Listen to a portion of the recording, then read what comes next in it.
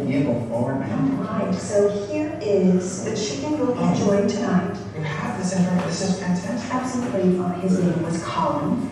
Here are his papers, okay? That's great.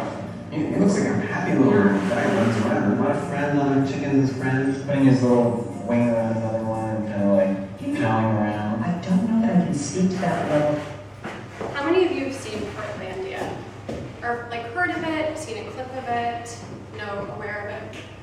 Yes. I'm using Portlandia as a tool throughout this speech as I'm continuing this theme of placemaking.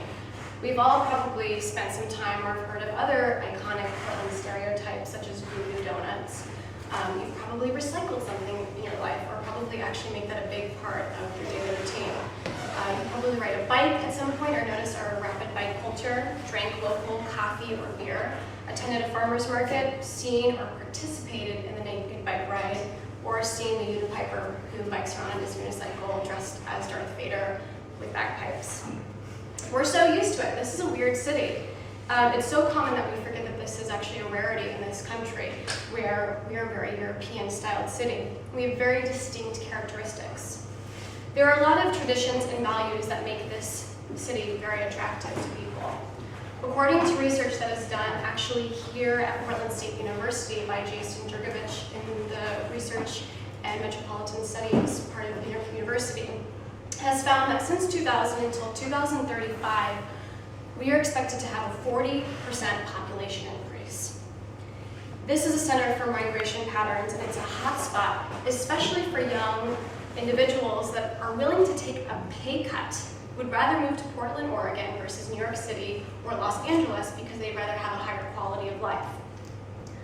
The reason I've been continuing this theme throughout all of my speeches is because I am an urbanist, and I really, really believe that place and environment is really important to all of us. It impacts us every single day, it surrounds us, and it adds to our happiness and our health. In this speech, I'd like to share with you some traditions, some stereotypes that are culturally shown, shared amongst Portlanders and highlighted by Portlandia, but I'd like to link it back to policy because it's not just random things that we have going on, and we're not just hipsters for absolutely no reason, or whatever other stereotypes we may have. I first want to talk about the idea of Keep Portland Queer, which I'm sure you've all heard of. The history behind that is actually, we got it from Austin, Texas. It's not from Portland. A librarian in the city of Austin came up with the slogan to try and share what he thought made the city very, very distinct itself. A quote from a journalist that came to the city, went to the symphony, and realized the person sitting on his right was in biker shorts and had a helmet, while the person to his right had a tuxedo on, while the person in front of him had jeans and cowboy boots on. He explained his experience being in Portland that this is a come-as-you-are kind of town. Now, just like we saw here, the question of is it local? Again, this isn't random. This comes from the Bill 100, which was passed in the 70s, which made it pertinent that every single city create a growth boundary where you cannot develop beyond. That's why we ask, is it local? Because it's more important for us to take advantage of what we have right here, the produce that's right here, in terms of vegetarian options, the meat, the chicken, fresh fish, that we know exactly where it comes from, and that we're supporting financially and economically our neighbors.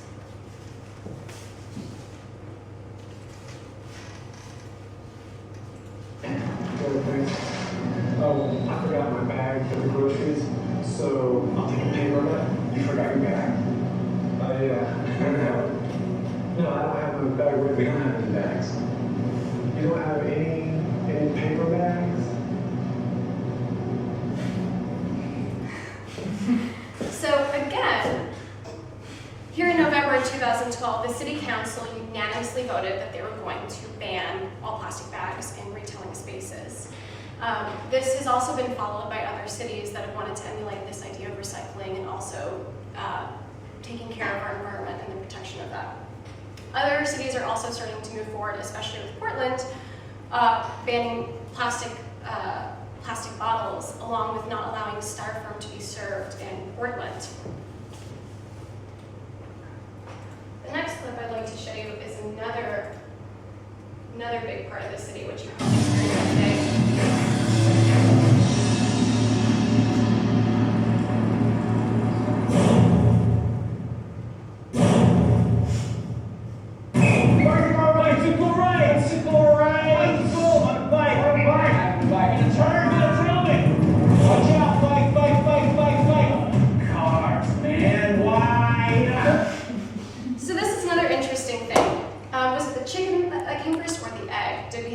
infrastructure first and infrastructure followed, or was it the other way around?